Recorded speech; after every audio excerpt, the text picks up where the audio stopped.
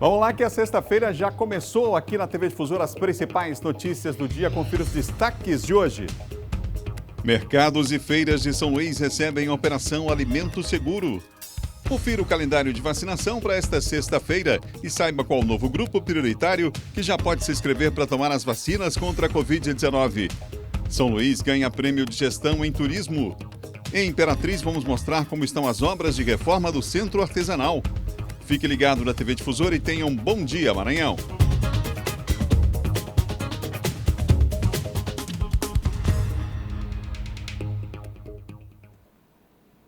Se depender da nossa equipe, você vai ter um dia cheio de paz, cheio de alegria, cheio de saúde, viu? Você e sua família, essa é a torcida de todo o nosso time que chegou aqui na madrugada para fazer o telejornal que há mais tempo está no ar na TV de todo o estado do Maranhão. É com muito orgulho que a gente aqui está fazendo o Bom Dia e a informação aqui, você sabe, não para, vai ser assim até às 8 horas da manhã, quando chega o primeiro impacto. Bom dia para o senhor, para a senhora, acompanhando a nossa programação na capital e também no interior do estado, os amigos em Balsas, Imperatriz, Santo Inês, em Codó, em Açailândia, ligados na TV Difusora. São 7 horas e mais 1 minuto. E a gente começa o dia de hoje para inspirar você. Hoje é sexta-feira, né não? Vamos inspirar você com a imagem da capital maranhense? Dá só uma olhada, ó, vê junto comigo. Pessoal fazendo exercício já pela manhã para ficar com a saúde em dia. Isso aí é o Parque do Bom Menino, ó, na capital maranhense. Olha quanta gente já pela manhã fazendo exercício, já se preparando aí para começar o dia com muita saúde. Bela imagem aí, portanto, do Parque do Bom Menino no centro da capital maranhense nessa manhã de sexta-feira. Assim que o pessoal está começando o dia, fazendo seu exercício, sua caminhada, e a gente mostra ao vivo para você. Que tal agora a gente passear com as imagens na segunda maior cidade do estado, hein? Vem comigo, a gente vai para Imperatriz. Essa imagem é de lá, ó. Nesse instante, a Avenida Bernardo Saião, ao vivo. Claro que o movimento é pequeno nesse instante. A gente está aí com o trânsito Imperatriz mostrando para você. O tempo meio nublado, o sol já deu suas caras, mas ainda de forma tímida em Imperatriz. Daqui a pouquinho a gente vai falar, inclusive, da previsão do tempo para essa que é a segunda maior cidade do estado, Imperatriz. Daqui a pouquinho a gente traz essa informação para você. Um abraço a todos da região Tocantina. É enorme a nossa audiência no estado do Tocantins, nas cidades ali da região Tocantina, viu? E a gente agradece em nome de todo o time aqui do Bom Dia. Vamos lá, são 7 horas e 2 minutos, 7 e 2. Que tal agora a gente acompanhar o último boletim, o boletim mais recente divulgado pela Secretaria de Estado da Saúde. Esse boletim mostra o quadro da pandemia no Maranhão e a gente, claro, tem que estar de olho nesses números. É o último boletim epidemiológico, está na tela, 277.166 casos agora, nessa sexta-feira.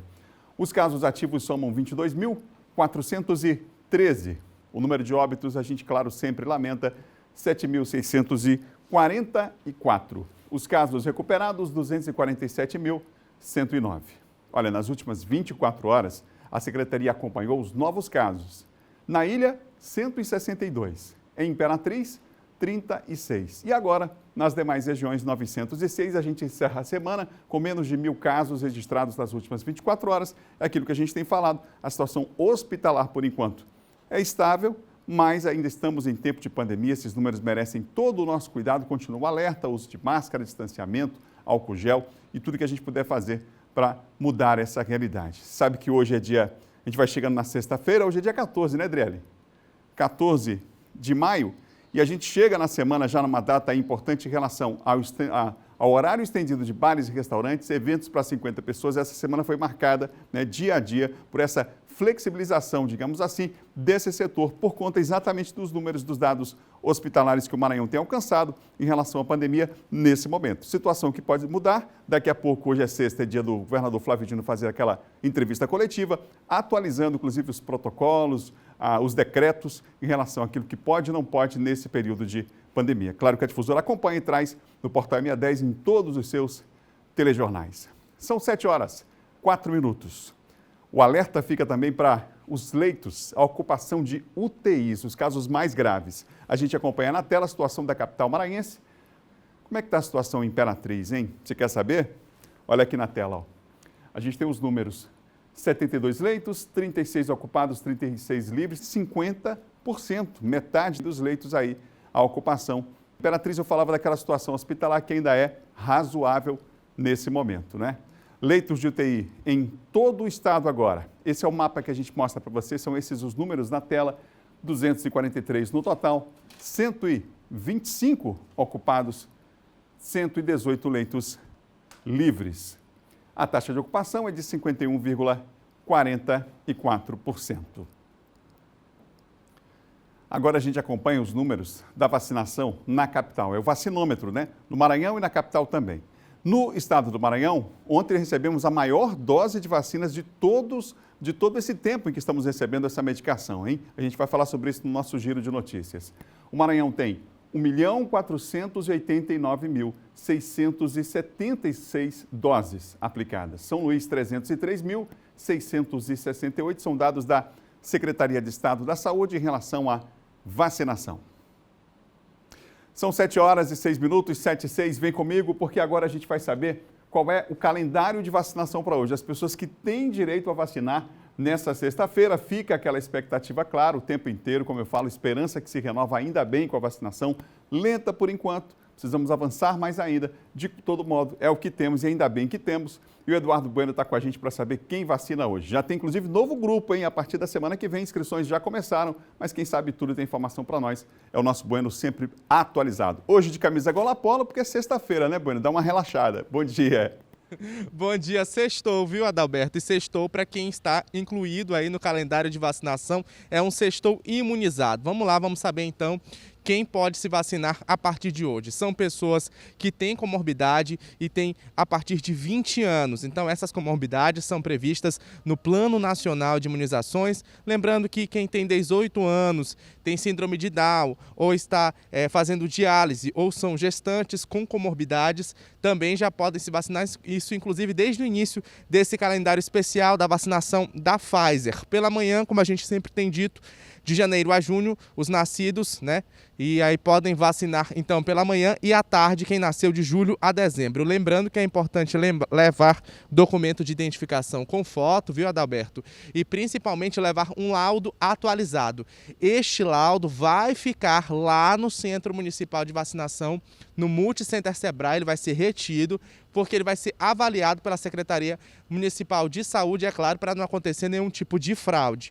Agora, Adalberto também sextou com segunda dose imunizado para as pessoas que tinham vacina agendada entre os dias 6 e 13 de maio. Essas pessoas estavam com o calendário atrasado, então elas vão poder se vacinar hoje no drive-thru do Espaço Reserva, que fica ali ao lado da Avenida Daniel de Latouche, no bairro do Ipaze. Então, de manhã, quem nasceu entre janeiro e junho e à tarde de julho a dezembro, lembrando que é importante sempre levar o documento de identificação com foto e a carteira de vacinação.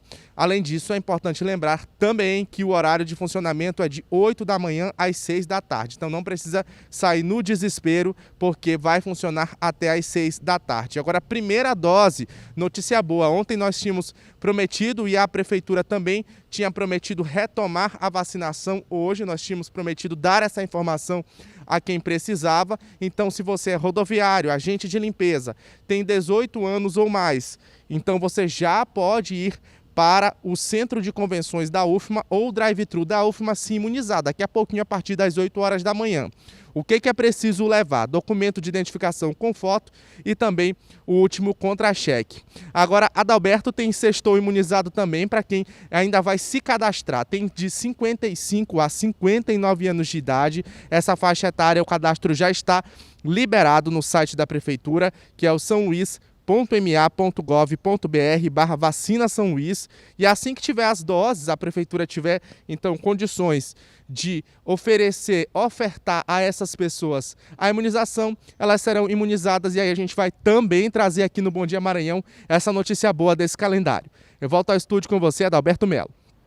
Obrigado, Bueno, pelas informações. Então, o nosso Bueno com a gente nessa sexta-feira, trazendo aí informações relacionadas à vacinação, as pessoas que podem vacinar nessa sexta aqui na capital, não é? São 7h mais 9 minutos, 7h09. Foram entregues no interior do estado, em Porto Franco, novos leitos de UTI e enfermaria para tratamento da Covid-19. Vamos ver? Entrega de 10 leitos de UTI e 20 enfermarias para tratamento de pessoas com Covid-19 ao Hospital e Maternidade Aderson Marinho foi possível por meio da parceria Prefeitura de Porto Franco e Governo do Estado do Maranhão. É um centro de referência com capacidade para atender pacientes de cidades vizinhas. Com esse serviço, principalmente nesse momento que o Brasil precisa passar e o mundo precisa passar pela Covid, Porto Franco, como um polo de saúde, se enquadra dentro desses critérios e soma com o governo do Maranhão. A inauguração da ala teve a presença do vice-governador do estado, Carlos Brandão. Uma ala voltada apenas para o combate ao Covid. Já tem essa aptidão, né? Já é um polo de saúde e por isso nós decidimos que colocaríamos aqui uma ala para o tratamento e as medidas preventivas ao Covid. A expectativa é que os leitos de UTI e enfermarias da nova ala para pacientes com Covid-19 do Hospital e Maternidade Adesso Marinho possam ser disponibilizados em um momento de queda dos números da doença para o atendimento a pacientes com outras enfermidades. Importante essa ampliação de leitos, né, gente, em todo o estado, com certeza. São 7 horas e mais 11 minutos, 7h11. Vamos fazer o seguinte, a gente vai para o intervalo agora, mas no próximo bloco a gente vai mostrar ao vivo, uma ação em um dos mercados da capital, a preocupação, claro, é com a limpeza dos alimentos, a conservação deles. Isso é importante que o poder público venha agir nessa direção. A gente vai falar ao vivo de um dos mercados aqui de São Luís nessa manhã. O Eduardo Ereceira está lá fazendo a feira já para o final de semana e vai falar com a gente sobre esse assunto já já. E depois do intervalo também, Silva Alves vem aí atualizando os principais assuntos da área de segurança. A gente vai voltar a falar daquele caso que lamentavelmente aconteceu em relação à morte de 3 crianças, né, que morreram queimadas aí no município de Centro Novo do Maranhão. Faz o seguinte, fica com a gente volta já já com muita informação, hein? Não sai daí.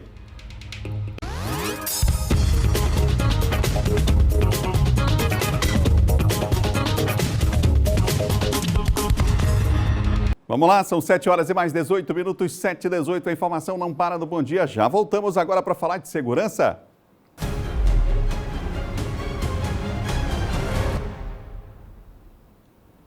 No estúdio comigo, Silva Alves, e a gente fala sobre um caso que ganhou grande repercussão, lamentavelmente, sobre aquelas crianças, né, que morreram no incêndio que aconteceu lá em Centro Novo do Maranhão. Silvano, qual a informação nova que você tem sobre esse caso? Olha, os peritos da Polícia Técnica e Científica concluíram que um curto-circuito no ventilador pode ter sido a causa desse incêndio, que significa dizer que as crianças foram surpreendidas dormindo, né, estavam dormindo quando o fogo deve ter começado, quando teve início. Esse laudo ainda não é um laudo definitivo, mas deve ficar pronto até a próxima semana. Que situação, incrível, né?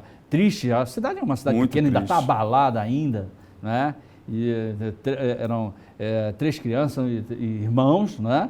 E o ventilador, de acordo com os peritos, entrou em curto durante a madrugada, porque isso foi na terça-feira, madrugada de terça-feira, e aí quando as crianças acordaram, possivelmente o fogo já estava consumindo todo o ambiente, né? E eles não conseguiram sair. O laudo deve atestar, né, porque os corpos ficaram carbonizados, mas o laudo deve atestar a questão da asfixia por causa da fumaça, né, que deve ter ocorrido, e depois as queimaduras que podem ter provocado, claro, lesões graves e, consequentemente, a morte dessas crianças aí. O que resta agora, nesse laudo definitivo, é assumir as responsabilidades, ou seja, ter um inquérito que foi instaurado e aí automaticamente, né, alguém deve ser responsabilizado. Claro, a gente sabe que a dor da família é muito grande, não é? Mas aí, com a definição do laudo, com as causas reais desse incêndio, a polícia deve concluir o inquérito e responsabilizar alguém em torno da perda da vida dessas crianças aí. Silva, a Delegacia de Homicídio e Proteção à Pessoa de Timon interrogou a jovem suspeita de mandar torturar e executar 2 adolescentes, a Maria Eduarda de Souza Lira e a Joyce Ellen dos Santos Moreira, caso que você mostrou também aqui no Bandeira 2. Esse caso ele viralizou aí nas redes sociais, um vídeo que foi gravado por elas mesmas, né? Essas mulheres aí, no caso a Loura, a Japa, que é essa que foi presa lá no Rio Grande do Sul, elas seriam do núcleo feminino de uma facção criminosa que atraíram essas 2 meninas, uma de 16 e outra de 17 anos, que seriam rivais dela, lá de Teresina para Timon, e lá elas executaram. As vozes que foram extraídas aí desse vídeo, a polícia não tem mais dúvida que uma das vozes é da Loura e a outra voz é a da Japa, que é essa que foi recambiada de lá, do Rio Grande do Sul para Timon. Ela, claro, prestou depoimento, foi interrogada, nega, né? Ela tenta negar a participação dela nesses crimes aí, mas a polícia diz que não tem dúvida de que ela era uma espécie de disciplina, como eles chamam isso, as pessoas que aplicam as penalidades, os castigos nos integrantes da facção, eles são chamados assim. Então a Japa, ela teria, né, essa denominação dentro dessa facção criminosa. Ou seja, o vídeo, que é muito comum hoje, infelizmente, para tentar mostrar poder da facção, acabou sendo usado contra as pessoas que gravaram o próprio vídeo, né, que cometeram e que são acusadas, produziu prova contra as pessoas que são aí, portanto, suspeitas de terem praticado esse ato. Exatamente, né? Perfeito, exatamente. Silvão, um foragido da Justiça do Pará foi preso na Baixada Maranhense. Dá os detalhes para a gente, qual foi a razão da prisão? Olha, ele estava com 17 tabletes de maconha, ou seja, 17 quilos, e foi preso lá pelo pessoal do 25 Batalhão, 25º Batalhão da Polícia Militar do Estado do Maranhão, comandado lá pelo Major Augusto. E o que chama atenção, Adalberto, é que ele, Alex Silva, ele é um indivíduo considerado assim de alta periculosidade. Pra você ter uma ideia, ele tem uma condenação de 32 anos. Nossa. Né? E mais uma outra condenação por um crime de latrocínio, que é o roubo seguido de morte, de 22 anos, né? Então não deveria estar na rua, não é? Não deveria estar solto. E aí, ele, mesmo com essas condenações de 30 e 22, ele ainda, se estava com essa quantidade de droga, no caso, caracteriza o tráfico de droga, no caso, 17 quilos de maconha, ele foi autuado em flagrante e já está à disposição da Justiça, que espera agora que ele acerte as contas aí, né, de todas essas cadeias aí que ele está devendo. Obrigado, Silvão. Bom final de semana. Bom final de semana, Roberto. A você, a todos, um ótimo fim de semana.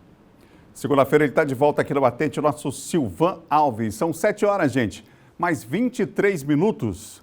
A gente vai agora ao interior do estado ao vivo. Vamos lá para Caxias, na região dos Cocais. Quem tem o destaque dessa sexta-feira para nós é a Raquel Souza, que participa ao vivo. Olá, Raquel, bom dia. Olá, Adalberto, bom dia a você, bom dia a todos que acompanham a gente. Olha só, ontem nós destacamos aqui sobre um crime de homicídio ocorrido no bairro Antenor Viana, onde a vítima foi Cássio da Silva Trindade, conhecido como Sassá, de 32 anos de idade. Então, a Delegacia de Homicídios, né, e Proteção à Pessoa, com apoio da DENARC, o Departamento de Narcotráfico, conseguiu fazer umas investigações e chegou ao nome de um suspeito. E esse suspeito, sabendo que a polícia, né, já tinha a sua identificação, se entregou à delegacia, prestou depoimento e alegou que era inocente. Só que, com base nas investigações feitas e nas provas, ele acabou confirmando que realmente era o autor do crime de homicídio. Ele foi preso e encontra-se à disposição da Justiça. E lembrando que com ele foi encontrada a arma de fogo, uma espingarda de fabricação artesanal, calibre 22. E mudando de assunto, a gente fala agora, né, atualiza os casos que envolvem a Covid-19 em Caxias. Infelizmente, mais 4 óbitos registrados nas últimas 24 horas, totalizando agora em Caxias 352 óbitos. Pessoas internadas são 61 e casos confirmados somam 11.307. E a respeito, né, dessa situação ainda de casos de mortes crescentes em Caxias, a Prefeitura ela levou, né, um projeto de lei para ser apreciado na última terça-feira pela Assembleia Legislativa do Maranhão, através da sua Comissão de Constituição e Justiça. O projeto de lei teve parecer positivo e, então, o município de Caxias foi reconhecido até o dia 31 de dezembro como um estado de calamidade pública. E essa é uma forma, então, da gestão conseguir mais recursos, né, conseguir aí viabilizar, inclusive, medicamentos importantes para o combate à pandemia. Só que a Prefeitura de Caxias, né, por meio da sua Procuradoria, até agora não informou que iniciativas vão ser tomadas, né, que projetos serão esses que serão desenvolvidos através do reconhecimento do estado de calamidade pública. Lembrando que vai ser até o dia 31 de dezembro. E a gente também fala sobre a taxa de ocupação dos leitos que vem aumentando, né? No início da semana a taxa estava um pouco menor, mas nas últimas 24 horas essa taxa de ocupação dos leitos de UTI subiu para 62% e os leitos de retaguarda está em 42%. Com essas informações, a gente fica por aqui, desejando a todos um ótimo fim de semana. Adalberto. Obrigado, Raquel. Bom final de semana a todos aí em Caxias também, viu? Raquel Souza com a gente ao vivo, 7h26 agora. Olha, trabalhadores da Empresa Brasileira de Serviços Hospitalares, que os trabalhadores eles administram, a empresa, no caso, administra os hospitais federais em todo o país, como o Hospital Universitário, aqui em São Luís do Maranhão. Esses trabalhadores entraram em greve por tempo indeterminado ontem. Os profissionais reclamam da mudança de regras no pagamento do adicional de insalubridade, que pode impor uma redução salarial de até 27%. E olha, justamente durante a pandemia, vamos dar uma olhada? Técnicos em enfermagem, em radiologia, enfermeiros, auxiliares e outros profissionais que prestam serviços no Hospital Materno-Infantil e Hospital Universitário, Unidade Presidente Dutra, entraram em greve fazendo parte de um movimento nacional. No Maranhão, o Sindicep, entidade representativa, conduziu os atos. A categoria cobra que a empresa faça uma proposta que não mexa nas regras de insalubridade. A mudança, de acordo com o presidente do sindicato, pode reduzir até 27% nos salários. O acordo coletivo dele é todo mês de maio. Nós, as propostas, a gente elabora por todo mês de novembro, a gente entrega a proposta para o governo. E o que chegamos à conclusão com a nova reforma do governo, com a emenda constitucional 95, que congela salário, que congela os investimentos do país, o governo não cumpriu os acordos coletivos. No primeiro dia de greve, aqui no Hospital Universitário, estavam marcadas 40 cirurgias, mas de acordo com o sindicato, apenas 50% delas foram realizadas, um percentual que pode aumentar se não houver acordo. A greve é por tempo indeterminado. Como eles trabalham em 3 turnos, a gente está juntando os 3 turnos para a gente fazer uma grande assembleia, quer dizer, já foi deflagrada a greve, uma grande assembleia, para que a gente continue aí com a greve até chegar a um acordo que seja o melhor para os servidores da EBSER. Em nota, a Empresa Brasileira de Serviços Hospitalares informou que foi pega de surpresa com a greve e mantém as negociações com a categoria. Segundo a nota, a proposta apresentada pela empresa mantém todas as cláusulas sociais do acordo coletivo de trabalho vigente.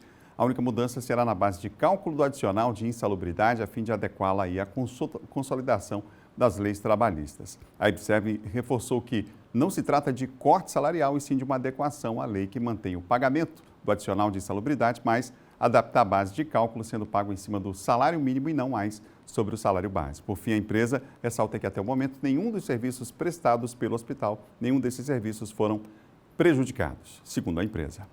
São 7 horas e mais 29 minutos, 7h29. Que dia é hoje? Sexta-feira. É para uma das feiras da cidade que a gente vai agora, porque uma operação está intensificando ações educativas nessas feiras, desses mercados. Quem está por lá é o Eduardo Ericeira, que, claro, como eu falei, vai aproveitar para fazer uma feirinha. Final de semana está chegando. Feira com alimento de qualidade, quer dizer, levando para a mesa alimento com qualidade. É isso que todo mundo quer, né, Eduardo? Bom dia.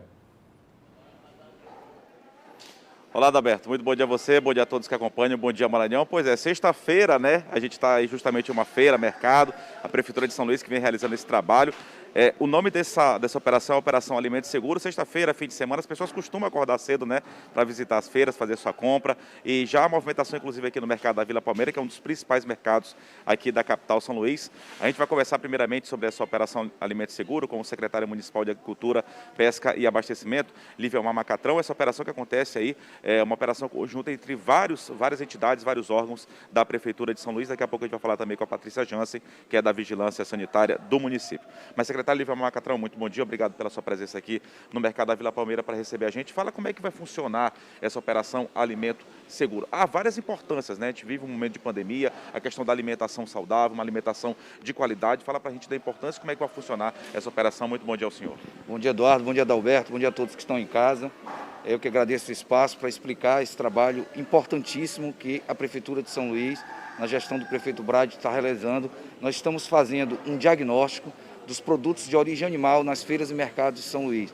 Então é uma parceria de 2 órgãos da Prefeitura, da Semapa, com a Vigilância Sanitária, que consiste realmente em 3 fases. A primeira é essa que eu expliquei, o diagnóstico. Estamos identificando como estão sendo comercializados os produtos de origem animal, carne suína, carne bovina, pescado, frango.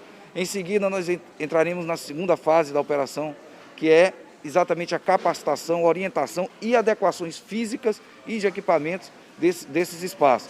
E, por último, a terceira, aí sim, vamos fiscalizar aqueles que não se adequaram e que não fizeram parte dessa não cumpriram a capacitação e as orientações que foram ministradas tanto pela Vigilância Sanitária quanto pela CEMAPA. É um trabalho importante, como o senhor disse, educativo, mas também de conscientização, mas também até de fiscalização, né, secretário? A gente sabe que a gente vive num momento de pandemia, é tão importante, a gente está, inclusive, presenciando aqui 2 bombeiros civis, houve a contratação de bombeiros civis, tem essa fiscalização para evitar, inclusive, aglomeração. Então, há essa preocupação tanto com a questão alimentar, quanto a questão de atendimento nos espaços, né, tanto na feira e mercado. Sem dúvida, os mercados, eles são espaços de convivência da comunidade, do entorno. Então, esses espaços eles têm que ser bem tratados, tanto no aspecto físico quanto no que é abastecido, o que é oferecido à população. Então, preocupado com isso, a gestão do prefeito Brade fez essa semana um novo edital, um edital para que os bombeiros civis estejam em todos esses espaços públicos, controlando a entrada com máscaras e o uso do álcool em gel nesses espaços públicos. Então, a Operação Alimento Seguro soma-se a esse trabalho importante dos bombeiros civis nesse momento de pandemia. Secretário Lima Macatrão, peço licença agora para o senhor para conversar aqui com a Patrícia Jansen, que é fiscal sanitária da Vigilância Municipal, Sanitária Municipal aqui da capital São Luís. Queria que você falasse sobre a importância dessa fiscalização, a importância de estar repassando ao consumidor uma alimentação, um alimento de qualidade. Muito bom dia a você. Bom, primeiramente, bom dia a todos, né? Esse programa tem sido um programa muito importante, né? Tanto para a população quanto para o feirante. Como o secretário falou, né? Nós já estamos numa segunda etapa. Nós fizemos a primeira, que nós já fiscalizamos uma média já de 27 feiras. Na verdade, não foi nem fiscalização. De início, tem sido um trabalho mesmo de orientação. Trabalho educativo, de conscientização, né? Exatamente. E também um objetivo maior foi fazer um diagnóstico de todas essas feiras. E baseado nesse diagnóstico, nós vamos partir agora para o segundo passo, que são a parte mesmo de orientar, são os cursos, são as palestras, né? Que todos terão que ser capacitados. Após essa capacitação, que nós partiremos para fiscalizações. Primeiro vamos capacitar para que eles possam colocar em prática. E todo esse trabalho, né, o trabalho tem sido realizado de forma conjunta, né, a CEMAPA, né, temos sido bastante parceiros nesse programa e a gente espera, né, que realmente a gente tenha bons resultados, né. Acho que até então a gente ainda não tinha feito um trabalho bem efetivo, né, como realmente está sendo feito, né. E abrangente, né, pegando as feiras e mercados de São Luís. Exatamente. E quanto à fiscalização Covid também, né, ela tem sido feita conjunta, independente desse programa a gente também faz, né, a fiscalização Covid é constante nas feiras, tem que ser realizada o tempo todo, né, que a gente sabe que os riscos, né, continuam, né. Obrigado pela entrevista, obrigado pela sua participação também. Pois é, Adalberto, a gente vai ficando por aqui, mostrando aqui a movimentação já aqui no mercado da Vila Palmeira. Como eu disse, é um dos principais mercados aqui da capital São Luís. Essa operação que vai acontecer aqui agora também no mercado da Vila Palmeira, que já percorreu várias feiras e mercados de São Luís. Começando o fim de semana bem, né, isso, Adalberto? Logo cedo, com essas imagens boas aí para as pessoas que estão, a gente que está aqui ao vivo e para as pessoas também que estão acompanhando a gente em casa. Olha, tem a fruta, a verdura, legume, camarãozinho aqui. Quer dizer, uma diversidade grande para as pessoas que estão acompanhando a gente logo cedo aí no Bom Dia Maranhão, se preparando para o café ou já tomando seu café com essas belas imagens. A gente volta com você, Adalberto Melo, desejando um ótimo fim de semana a todos. Legal, Eduardo. Olha só, fruta aí, aproveita, pega uma mamãozinha, uma laranja aí, um limãozinho aí, vai comprando, pegando não, comprando, pelo amor de Deus, e leva para casa porque tem que melhorar, reforçar a alimentação, né, gente? Em especial aí nesse tempo de pandemia. Falamos ao vivo de um dos mercados e feiras aqui da capital. Olha só, estamos ao vivo por lá acompanhando uma ação que acontece nesse exato momento. São 7 horas e mais 35 minutos, 7h35 agora nessa sexta-feira. Será que vai chover, hein? A previsão para sábado e domingo, por exemplo, em São Luís é de temporal, inclusive 50 milímetros de chuva no sábado, 40 no domingo, ou seja, final de semana acho que não vai dar praia não, vai ser de chuva, vai ser em casa, assistindo um filme, vendo, né, lendo um bom livro, vai ser assim. São 7h35, a gente mostra agora a previsão para hoje. Vamos para a Imperatriz? A gente tem imagens ao vivo de lá. Vamos abrir a janela de Imperatriz, olha aí, ó. Nesse momento, imagens ao vivo, você já vê que já tem nuvens de chuva aí, meio nublado o tempo por lá, né? Sol com algumas nuvens, mas não chove, pelo menos essa é a previsão para hoje. A mínima é de 20 graus e a máxima é de 32 graus. Alô, Imperatriz, um abraço em nome de toda a equipe do time Bom Dia.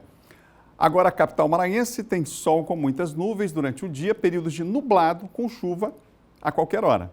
24 é a mínima, 28 é a máxima e a gente tem imagens ao vivo aí do bairro da Camboa nesse exato momento para você. Como é que vai ficar o tempo em Açailândia, hein?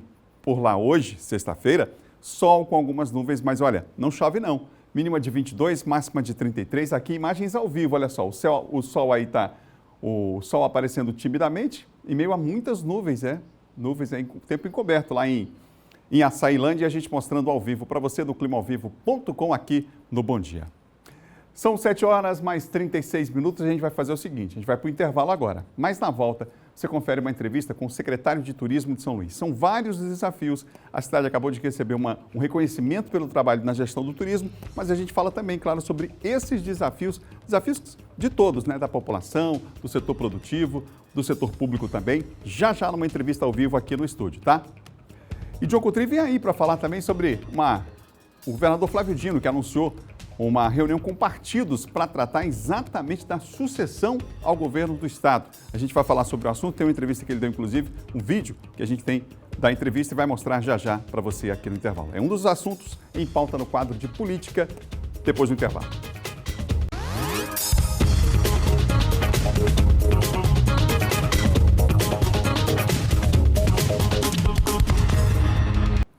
Voltamos com Bom Dia, são 7 horas e 42 minutos, não perca a hora, 7h42. Voltamos agora para falar de política.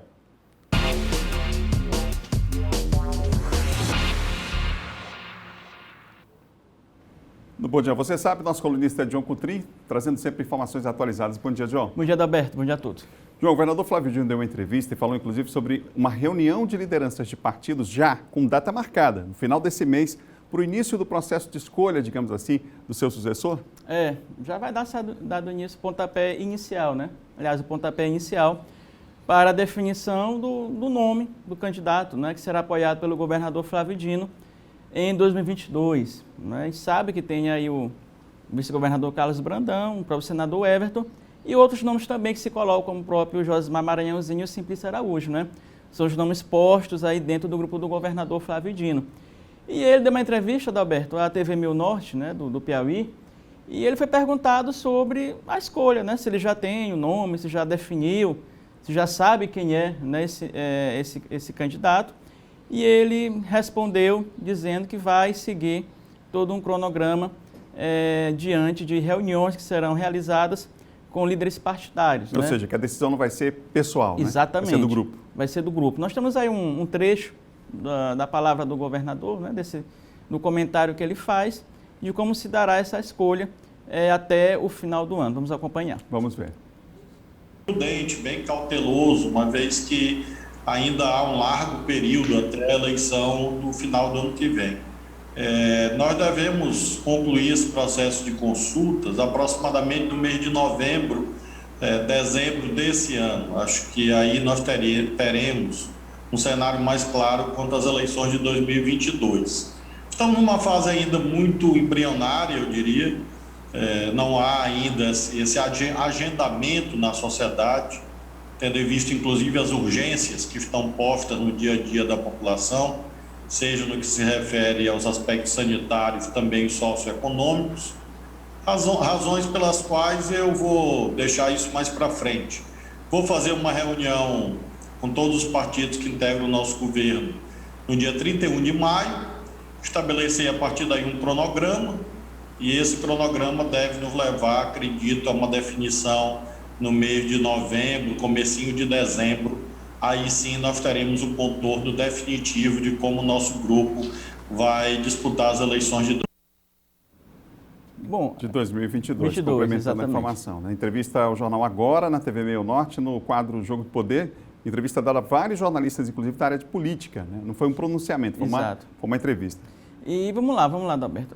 Tendo em vista, não é isso, é importante destacar o seguinte: o governador não vai tomar uma decisão pessoal, não vai ser uma decisão arbitrária, pessoal, unilateral em relação à escolha. Tem que ser esse, pronto. Ele vai ouvir, ali são 15 partidos que fazem parte da base do governador Flávio Dino, 15. Desses 15, o senador Everton já tem 6, já tem 6 que o apoiam, além de outras lideranças, como o próprio presidente da Assembleia Legislativa, Otelino Neto, senador Elisiane Gama, presidente da FAMEM, o Erlane Xavier, presidente da Câmara Municipal de São Luís, Osmar Filho, o prefeito, já consegue, portanto, um bom grupo, regimentar um bom grupo. O Carlos Brandão tem o PSDB e está também em tratativas com outros partidos. O Josimar também tem o PL e outros partidos também, Avante, né, ali junto com ele, e o Simplício com Solidariedade. Então, são esses nomes, o governador vai começar a escutar e lá para novembro deve decidir, né? Eu acho que o governador deve dizer o seguinte: essas etapas devem ser cumpridas, o governador deve colocar nessa reunião quais são essas etapas, e mais do que isso também é importante, né, a voz da população, a voz do povo. Isso deve ser feito também através de pesquisas quantitativas e qualitativas. Para fechar, o vice-presidente da República, Hamilton Mourão, visitou ontem o Centro de Lançamento de Alcântara. O pessoal ficou sabendo em cima da hora, pelo menos da imprensa, né? Foi bem corrida a visita. E até as informações também foram escassas, viu, Adalberto? Mas a gente conseguiu apurar aí que ele esteve lá, junto com o ministro da Ciência e Tecnologia, o astronauta Marcos Pontes, e também com o presidente da agência estadual, né, aérea brasileira. E lá foi ali feita uma palestra. O presidente da Agência Espacial Brasileira fez uma palestra sobre aquela privatização, aquelas 4 empresas que atuarão ali em Alcântara e de que forma isso pode, né, ajudar o município também na questão turística e na questão também do mercado aeroespacial. Então foi essa visita aí. Mais uma etapa aí do processo. Mais uma etapa do processo. Obrigado, John. Até segunda, viu? Até segunda. John Coutrinho, nosso colunista de política aqui do Bom Dia. A gente continua falando de política porque a Comissão de Juristas instituída pela Assembleia Legislativa do Estado realizou na tarde de ontem a consulta pública, mais uma, né, para a elaboração de propostas visando a revisão, na verdade, as alterações aí do Código de Proteção do Meio Ambiente aqui do Estado do Maranhão. O tema foi a Política Estadual de Resíduos Sólidos e Estímulos Legais. População em geral, técnicos e especialistas participaram da escuta pública realizada por meio virtual. Participantes se inscreveram para falar de temas como resíduos sólidos, arborização, estacionamento verde. Foram temas discutidos para a revisão do Código de Proteção do Meio Ambiente do Estado do Maranhão. A Comissão de Juristas foi instituída pelo presidente da Assembleia Legislativa. Como toda comissão de juristas, essa aqui é uma comissão de estudos que visa construir modelos, sugestões que serão oferecidas para um futuro processo legislativo. Entretanto, essa comissão, pela formação dos seus integrantes, entendeu que esses estudos seriam enriquecidos se eles estivessem abertos a receber colaborações de diversos setores da sociedade.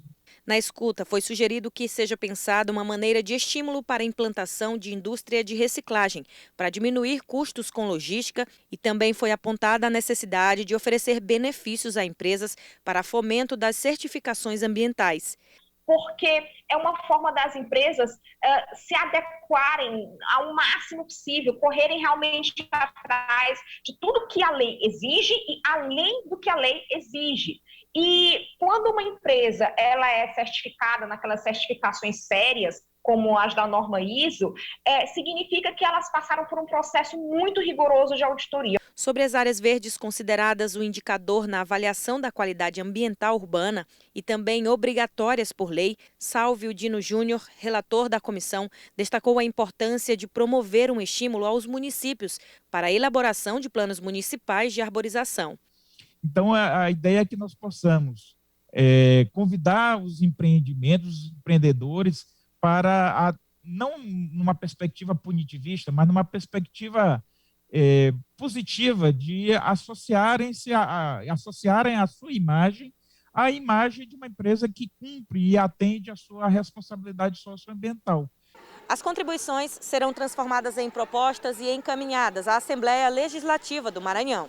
Uma proposta dessa comissão de juristas que vai ser encaminhada para a Assembleia Legislativa. Mas será a Assembleia Legislativa, claro, que vai conduzir um processo legislativo próprio. Isso que nós estamos fazendo agora não é um processo legislativo, é um estudo técnico, vamos colocar assim, como o doutor Barreto falou no início. Importante demais esse trabalho com a participação das pessoas que podem continuar mandando sugestões, inclusive por e-mail, né? É de 92 essa legislação, é uma boa legislação, mas precisa ser atualizada realmente. Vamos em frente com o Bom Dia Maranhão? São Luís conquistou uma premiação nacional por destaque na gestão do turismo. É sobre esse assunto que eu converso agora com o secretário de Turismo de São Luís, Saulo Ribeiro dos Santos, que é nosso entrevistado aqui. São Luís concorreu com o Balneário Camboriú em Santa Catarina e Presidente Epitácio em São Paulo. Bom dia, secretário. Bom dia, Adalberto. O que foi fundamental para esse reconhecimento? Bom, sua opinião? Todo um trabalho que a gente vem realizando aqui pela Prefeitura Municipal de São Luís, em relação à atividade turística. Desde o início da gestão, o nosso prefeito Eduardo Braide, ele se comprometeu com a Secretaria de Turismo e com a população nesse sentido. Então, a partir de então, a gente veio traçando ações em prol da atividade para que os impactos e os benefícios possam ser gerados cada vez mais, principalmente direcionando a questão de emprego e renda para a sociedade. Eu falei de um prêmio nacional, mas há um reconhecimento também internacional aqui para o setor, em relação inclusive ao Setor em Ação. Explica para a gente o que significa essa ação especificamente. Bom, a Secretaria Municipal de Turismo ela vem desenvolvendo diversas ações, como eu coloquei. Dentre elas, a gente tem nós inauguramos no Aeroporto Internacional de São Luís um pórtico. Fomos a primeira cidade do Brasil a lançar a central de atendimento ao turista no formato virtual, com atendimento de segunda a sábado. Lançamos também vários programas de qualificação e treinamento para profissionais de turismo e para a sociedade. Lançamos um projeto chamado Sabores e Cores, que leva para a sociedade, através de receitas da nossa culinária local, realizada por chefes renomados aqui do estado do Maranhão. Enfim, várias ações que têm colocado São Luís em evidência, nesse sentido, trabalhando a gestão em prol da sociedade. Também contratamos 6 guias que fazem parte hoje da nossa equipe da Secretaria Municipal para melhorar e ampliar a excelência do serviço. Todas essas ações nos deram condições, foram pautadas em realidade do que a gente vem dialogando com o trade turístico e que deram condições para a gente alcançar esse prêmio. O Museu da Gastronomia foi reaberto, a central de atendimento ao público também, mesmo em tempos de pandemia, os protocolos estão realmente sendo seguidos? Com certeza. No início do ano, a gente conquistou um selo internacional, chancelado pelo Conselho Mundial de Viagens, que é o selo Safe Travels, e a partir de então, a gente foi implementando esses protocolos sanitários, não somente dentro da Secretaria Municipal, do Museu da Gastronomia, mas também compartilhando com os empresários, com as empresas de turismo, para que elas possam também, a partir de então, receber esse protocolo, aplicar e a gente chancela através do selo Safe Travels. Secretário, a gente tem vários desafios. Aqueles que nos assistem sabem disso, né? Com certeza. A qualificação, por exemplo, dos serviços, melhorar o atendimento, né? Ou seja, há uma necessidade de um trabalho conjunto, que não é só do poder público. Como é que está esse diálogo com o setor produtivo para qualificar? Nós estamos no tempo de pandemia. Às vezes é difícil fazer, por exemplo, um evento presencial de qualificação. Mas à distância, eles estão acontecendo de fato e numa velocidade ou até na quantidade que consiga dar conta de uma mudança a médio, curto prazo, dessas ações e desse resultado, digamos assim, desse trabalho? Com certeza, Roberto. A gente vive nessa pandemia há mais de um ano e nós, da Secretaria Municipal, como foi colocado, a gente traçou um plano de ação para este ano e para os próximos 3 anos. Dentre eles, o plano de qualificação da Secretaria Municipal, que está sendo realizado no formato virtual, em decorrência da pandemia, inclusive com uma forte adesão de vários profissionais e da própria sociedade em si. Em paralelo a isso, outro desafio que a gente tem trabalhado é justamente manter em evidência a cidade de São Luís. Então, uma estratégia de marketing, principalmente no âmbito digital, nas principais redes sociais, a gente tem trabalhado isso, reformulamos todo o nosso Instagram, o nosso Facebook e estamos atualizando o site do Destino São Luís para que a gente consiga se manter em evidência, porque de fato houve uma diminuição no número de viagens, mas a pretensão das ações da Secretaria é justamente manter São Luís cada vez mais em evidência como o próximo destino de viagens. Secretário, é impossível falar em gestão sem acompanhamento, falar em excelência sem esse acompanhamento, inclusive do ponto de vista científico, né? Pesquisa, dados. Esses levantamentos estão sendo feitos. Eu tenho visto, por exemplo, a questão do próprio QR Code em bares e restaurantes para você pedir, por exemplo, um cardápio. Mas isso também é utilizado como um dado significativo para mapear o setor, não? Isso, com certeza. A gente também implementou, como você colocou, dentro do Museu da Gastronomia, nós inauguramos anteontem, o QR Code que dá acesso ao áudio guia. Você pode fazer a visita através desse áudio em 2 plataformas e também um vídeo totalmente em Libras. Além disso, a gente também está com um outro projeto, uma outra ação, que é justamente levar essas informações através do QR Code. São adesivos que estão sendo entregues aos empresários, tanto da região do Centro Histórico como da litorânea, e a partir de então as pessoas têm acesso. Tudo isso foi baseado em pesquisas, porque dentro da Secretaria nós temos uma coordenação de análise mercadológica que, em parceria com o Observatório do Turismo da cidade de São Luís, que pertence à Universidade Federal, a gente integra, a gente analisa esses dados para então fomentar e elaborar as nossas estratégias de forma bem inteligente. Secretário, nós temos a necessidade da qualificação, sim, a gestão tem que ser aprimorada a cada dia, mas há um dado significativo também, que é a promoção do destino. Né? Ele é fundamental, ele é básico. Né? A gente tem feito isso e, assim, como a gente sabe que os recursos são poucos, é preciso atirar da forma certa, é preciso ser eficaz, eficiente, certeiro. Né? Isso tem acontecido? É com base nesse planejamento que é feita essa promoção do destino? Isso mesmo. Com base nessas informações, tanto da nossa coordenação de análise mercadológica quanto do observatório, que a gente tem traçado todo um perfil do nosso visitante, os canais de comunicação que ele utiliza para conhecer São Luís. Então, a gente utiliza esses dados, faz um cruzamento e direciona, como eu coloquei, tudo isso de forma estratégica e inteligente, até porque dentro do plano municipal do nosso prefeito, o Eduardo Braide, o objetivo principal também, dentro de vários, é transformar São Luís numa cidade inteligente. E em paralelo a isso, para que a gente seja uma cidade inteligente, é importante utilizar os dados de forma concreta para que a gente alcance esses objetivos. Secretário, obrigado pela entrevista aqui no Bom Dia Amanhã. Eu queria que o senhor falasse também sobre, reforçasse essa questão agora do áudio guia, né, e da tour em Libras, né, que é algo novo também. Com certeza. Por falar em cidade inteligente, destino turístico inteligente, um dos principais pilares, um dos principais conceitos base é a questão da acessibilidade, o acesso universal. O turismo ele tem que ser acessado por todas as pessoas. E pensando nessa definição, nesse conceito, nós implementamos dentro do Museu da Gastronomia Maranhense o áudio guia, que é uma visita guiada por conta própria. Você aproxima o seu celular do QR Code, você faz a visita guiada por conta própria, e também tem um vídeo, todo ele elaborado em Libras, para que as pessoas também possam ter esse acesso. Ou seja, esse é o objetivo, transformar São Luís cada vez numa cidade mais humana e principalmente acessível. Obrigado, secretário, pela entrevista aqui na TV. Eu que agradeço.